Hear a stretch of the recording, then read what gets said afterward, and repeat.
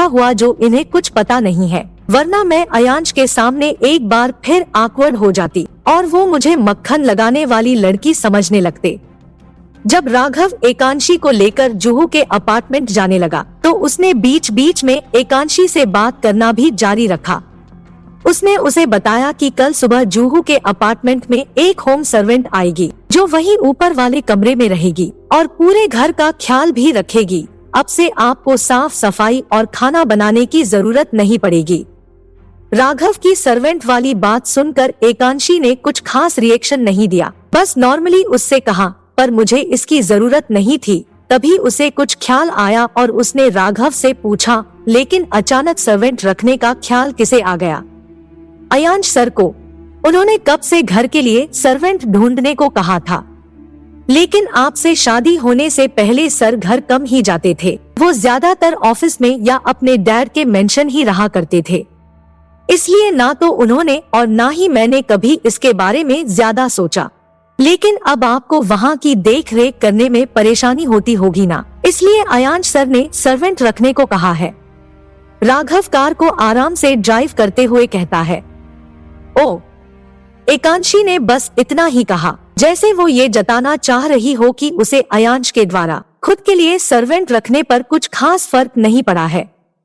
लेकिन वो मन ही मन अयांश के इस तरह से उसका ख्याल रखने के तरीके से काफी प्रभावित हुई थी, जिससे उसके चेहरे पर एक मुस्कान तैर गई और वो कार की खिड़की से बाहर देखने लगी। जब वो घर पहुंच गई तो राघव ने उसकी सारे फाइल्स को घर के अंदर लिविंग रूम टेबल पर रख दिया और एकांशी को आदर से गुड नाइट कहते हुए वहां से चला गया।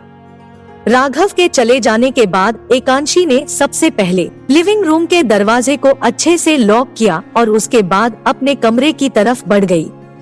कमरे में पहुंचने पर उसने देखा अयांश का कोट जो उसने कल उसके कमर पर बांधा था वो अभी भी सोफे पर पड़ा हुआ है, जिससे उसने उसे उठाया और उसे धोने के लिए बाथरूम की तरफ बढ़ गई। क्या ये छोटी छोटी फिक्र बढ़ाने वाली है दोनों के बीच में प्यार? जानने के लिए सुने अगला एपिसोड सिर्फ प्रतिलिपि FM पर। अयांश का ब्लेजर साफ करने के बाद एकांशी जब किचन में अपने लिए खाना बनाने गई तो उसने देखा उसका फ्रीज जो ज्यादातर खाली ही रहता था, वो हमेशा ही उसमें सिर्फ 3-4 मिनरल वाटर और कुछ नूडल के पैकेट देखा करती थी। लेकिन आज वो पूरी तरह से फ्रेश फल और सब्जियों से भरा हुआ था। वही फ्रीज के साइड डोर में एनर्जी ड्रिंक और कुछ स्नैक्स के पैकेट भी रखे हुए थे, जिन्हें देखने के कुछ पलों तक एकांशी सोचती रह गई कि ये किसने मंगवाया है। जब सुबह मैं ऑफिस गई थी तब तो ये सब यहाँ मौजूद नहीं था। काफी देर सोचने के बाद जब एकांशी को ख्याल आया कि ये अयांश ने मंगवाया होगा, तब जाकर उसने अपना फोन उठाया और कंफर्म होने के लिए राघव को कॉल मिला दिया। जब राघव ने कॉल रिसीव कर लिया तब एकांशी ने अपनी आवाज में उत्सुकता लिए हुए उससे पूछा, क्या घर पर आज कोई आया था? मेरा मतलब है जब हम घर पर नहीं थे तब। राघव ने फोन की दूसरी तरफ से गंभीरता से जवाब दिया, जी मिसेज आदित्य, आज मीटिंग के पहले अयांश सर कुछ घंटों के लिए घर की तरफ गए थे। मुझे साथ आने से मना कर दिया, इसलिए मुझे कुछ भी ठीक से नहीं पता। क्या कोई प्रॉब्लम है? नहीं कुछ भी प्रॉब्लम नहीं। क्या आप बता सकते हैं कि अयांश कब तक घर आएंगे? एकांशी फिर पूछती है। नहीं, सर ने कहा कि वो खुद ब खुद घर चले जाएंगे। वो अभी भी मीटिंग में है तो मुझे नहीं पता कि वो कब तक फ्री होंगे, राघव एकांशी को बताता है। ओ, एकांशी अपने आवाज के अफसोस को छुपाते हुए कहती है और फिर कॉल को कट कर देती है। अयांश घर आए थे, इसका मतलब है कि ये सारी चीजें यहाँ उन्होंने ही रखवाया होगा। तो क्या कल मेरी तबीयत बिगड़ गई थी, इसलिए अयांश ने ये सब कुछ किया है ताकि मैं अच्छा खाना खा सकूं और ठीक हो जाऊं। सोचते हुए एकांशी के चेहरे पर खुशी की चमक साफ नजर आने लगती है और वो मुस्कुराते हुए फ्रिज के दरवाजे को एक बार फिर खोलकर उसमें रखी सभी चीजों को देखने लगती है। इधर अयांश अपनी मीटिंग के लिए उसी होटल के एक रूम में गया हुआ था जहां पर 2 महीने पहले उसके बड़े पापा की बर्थडे पार्टी हुई थी। जब वो अपनी मीटिंग खत्म करके नीचे लॉबी तक आया तो उसने सुना कोई उसका नाम पीछे से पुकारता हुआ उसकी ओर ही बढ़ रहा था, जिससे वो मुड़ा तो नहीं, लेकिन अपने कदमों को एक जगह रोक कर खड़ा हो गया। कुछ 5-6 सेकंड के बाद ही उसके सामने 40-45 साल का एक हट्टा कट्टा आदमी आकर खड़ा हो गया।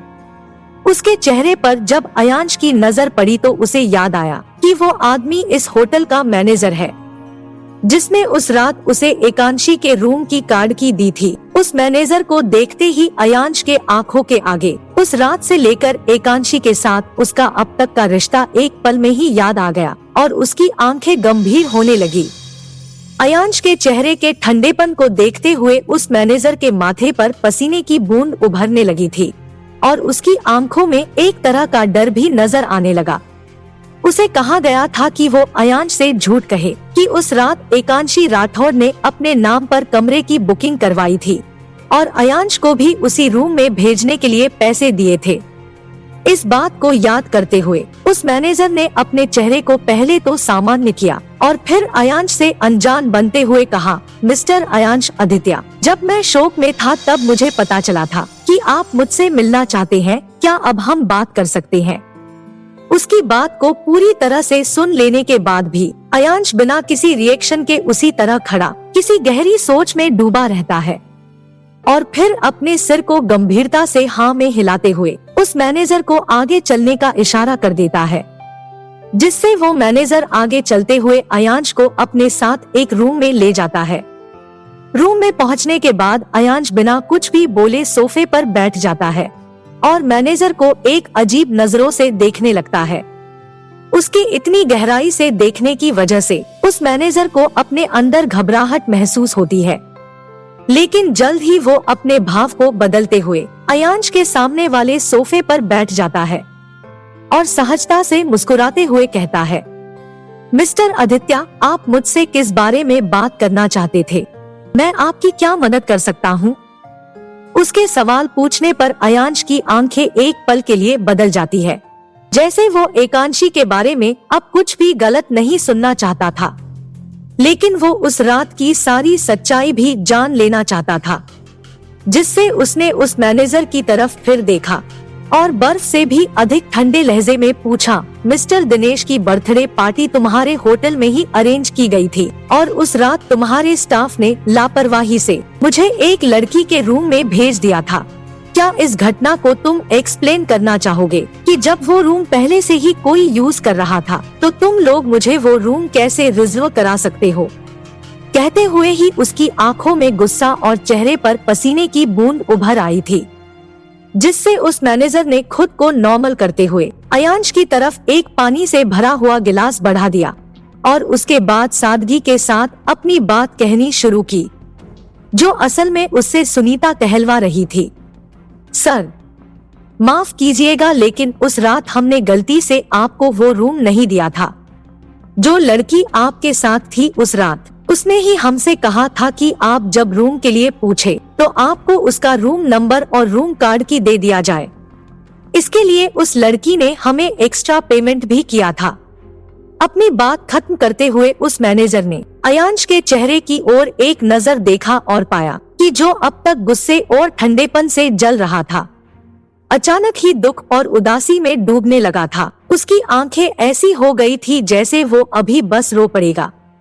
उसे देखकर उस मैनेजर ने ये अंदाजा लगा लिया कि उसके झूठ का अयांश पर गहरा असर हुआ है, जिससे उसने सोचा कि इससे पहले कि अयांश का मूड एक बार फिर बदले वो यहाँ से निकल जाए। इतना सोचकर वो आहिस्ते से उठा और बिना कोई आहट किए वहाँ से निकल गया। जब अयांश को एहसास हुआ कि वो अब इस बड़े से कमरे में अकेला रह गया है, तो अब तक उसकी आंखों में रुके हुए आंसू उसके गालों तक लुढ़क आए और उसे महसूस हुआ कि उसे अपने सीने तक सांस नहीं आ रही है, जिससे उसने अपनी टाई की नॉट ढीली करनी शुरू कर दी और एक समय के बाद वो अपने हाथों के सहारे सामने रखे टेबल पर ही झुक गया। कमरे में एसी ऑन होने के बावजूद उसे अपने शरीर में गर्मी महसूस होने लगी थी, जिससे उसने अपने ऊपर के कोट को भी निकालकर एक तरफ फेंक दिया और काफी देर तक बिना किसी एहसास के अपने और एकांशी के अब तक के सभी मोमेंट को याद करने लगा। सीसीटीवी फुटेज देखने के बाद उसे एकांशी पर गुस्सा आया था, लेकिन आज फिर उसके खिलाफ सारी बातें सुनने के बाद उसे हिम्मत नहीं हो रही थी कि वो एक और नजर भी एकांशी को देखे। उसके हिसाब से वो हमेशा झूठ बोलती आई थी। उसकी मासूमियत, उसकी आंखें और उसके हर बात पर गिरते आंसू सिर्फ नाटक था, ताकि वो उसे अपने जाल में फंसा सके और अपनी मर्जी की जिंदगी जी सके। सोचते हुए अयांश अपनी जगह से उठ चुका था और शून्य भाव से ही चलता हुआ कमरे से निकल गया। इधर इंदौर में नक्श ने जब अपना डिनर खत्म कर लिया तो वो अपनी जगह से उठा और वॉश बेसिन में अपने हाथ को साफ करने लगा। तभी उसने देखा कि उसके रूम की तरफ जाती सीढ़ियों पर आरोही खड़ी पूरे घर को उलझी हुई नजरों से देख रही है, जिससे उसने अपने हाथों को जल्दबाजी में साफ किया और लगभग दौड़ते हुए आरोही के करीब पहुंचकर उससे गंभीरता से पूछा, आरोही, अब कैसी तबीयत लग रही है? नक्श के सवाल पर आरोही ने अपने सिर को उसकी ओर ही मोड़ लिया और उसके चेहरे को अपनी नजरों में उतारते हुए कमजोर आवाज में कहा, नक्श, मैं आपके घर पर क्यों हूँ? तुम बेहोश हो गई थी, इसलिए मैं तुम्हें यहाँ ले आया था, लेकिन अभी भी तुम काफी कमजोर लग रही हो। चलो मेरे साथ, मैं तुम्हें कमरे तक ले चलता हूँ।